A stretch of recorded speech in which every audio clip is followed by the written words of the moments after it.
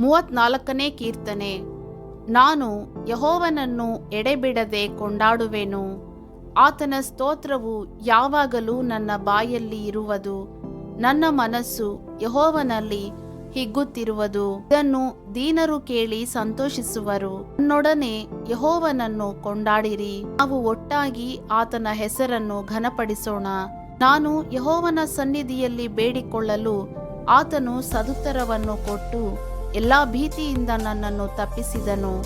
ಆತನನ್ನೇ ದೃಷ್ಟಿಸಿದವರು ಪ್ರಕಾಶವನ್ನು ಹೊಂದಿದರು. ಅವರ ಮುಖವು ಲಜ್ಜೆಯಿಂದ ಕೆಡುವುದೇ ಇಲ್ಲ. ಕಷ್ಟದಲ್ಲಿದ್ದ ಈ ಮನುಷ್ಯನು ಮೊರೆಯಿಡಲು ಯೆಹೋವನು ಕೇಳಿ ಎಲ್ಲಾ ಬಾಧೆಗಳಿಂದ ಬಿಡಿಸಿದನು. ಅವನ ಭಯಭಕ್ತಿಯುಳ್ಳವರ ಸುತ್ತಲೂ ಆತನ ದೂತನು ದಂಡಿಳಿಸಿ ಕಾವಲಾಗಿದ್ದು ಕಾಪಾಡುತ್ತಾನೆ. ಆತನು ಸರ್ವೋತ್ತಮನೆಂದು ಅನುಭವದಿಂದ ತಿಳಿದುಕೊಳ್ಳಿರಿ. ಆತನನ್ನು ಆಶ್ರಯಿಸಿಕೊಂಡವರು ಎಷ್ಟೋ ಧನ್ಯರು.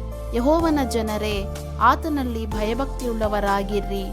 ಆತನಲ್ಲಿ ಭಯಭಕ್ತಿಯುಳ್ಳವರಿಗೆ ಯಾವ ಕೊರತೆಯೂ ಇರುವುದಿಲ್ಲ. ಸಿಂಹಗಳಾದರೋ ಹೊಟ್ಟೆಗಿಲ್ಲದೆ ಹಸಿದಾವು. ಯೆಹೋವನ ಸನ್ನಿಧಿಯಲ್ಲಿ ಬೇಡಿಕೊಳ್ಳುವವರಿಗೆ ಯಾವ ಮೇಲಿಗೂ ಕಡಿಮೆಯಿಲ್ಲ. ನನ್ನ ಮಾತನ್ನು ಕೇಳಿರಿ.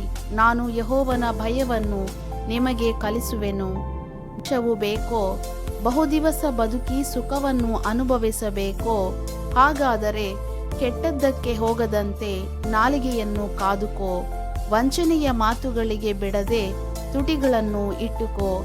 ಕೆಟ್ಟದ್ದನ್ನು ಬಿಟ್ಟು ಒಳ್ಳೆಯದನ್ನೇ ಮಾಡು. ಸಮವನ್ನು ಹಾರೈಸಿ ಅದಕ್ಕಾಗಿ ಪ್ರಯತ್ನಪಡು. ನೀತಿವಂತರನ್ನು ಕಟಾಕ್ಷಿಸುತ್ತಾನೆ. ಅವರು ಮೊರೆಯಿಡುವಾಗ ಕಿವಿಗೊಡುತ್ತಾನೆ. ಕೆಡುಕರಿಗೋ ಯೆಹೋವನು ಕೋಪದ ಮುಖವುಳ್ಳವನಾಗಿರುವನು. ಲೋಕದಲ್ಲಿ ಅವರ ನೆನಪೇ ಉಳಿಯದಂತೆ ತೆಗೆದುಹಾಕುವನು. ನೀತಿವಂತರ ಕೂಗನ್ನು ಕೇಳಿ ಎಲ್ಲಾ ಕಷ್ಟಗಳಿಂದ ಅವರನ್ನು ಬಿಡಿಸುತ್ತಾನೆ. ಮುರಿದ ಮನಸ್ಸುಳ್ಳವರಿಗೆ ಯೆಹೋವನು ನೆರವಾಗುತ್ತಾನೆ. ಕುಗ್ಗಿ ಹೋದವರನ್ನು ಉದ್ಧಾರ ಮಾಡುತ್ತಾನೆ. ನೀತಿವಂತನಿಗೆ ಸಂಭವಿಸುವ ಕಷ್ಟಗಳು ಅನೇಕವಿದ್ದರೂ ಯೆಹೋವನು ಅವೆಲ್ಲವುಗಳಿಂದ ಅವನನ್ನು ಬಿಡಿಸುತ್ತಾನೆ. ಆತನು ಅವನ ಎಲುಬುಗಳನ್ನೆಲ್ಲ ಕಾಪಾಡುತ್ತಾನೆ. ಅವುಗಳಲ್ಲಿ ಒಂದಾದರೂ ಮುರಿದು ಹೋಗುವುದಿಲ್ಲ. ದುಷ್ಟನ ಕೆಡುಕು ಅವನನ್ನೇ ಕೊಲ್ಲುವುದು. ನೀತಿವಂತನನ್ನು ದ್ವೇಷಿಸುವವರು ಅಪರಾಧಿಗಳೆಂದು ಎಣಿಸಲ್ಪಡುವರು. ಯೆಹೋವನು ತನ್ನ ಸೇವಕರ ಪ್ರಾಣವನ್ನು ವಿಮೋಚಿಸುತ್ತಾನೆ.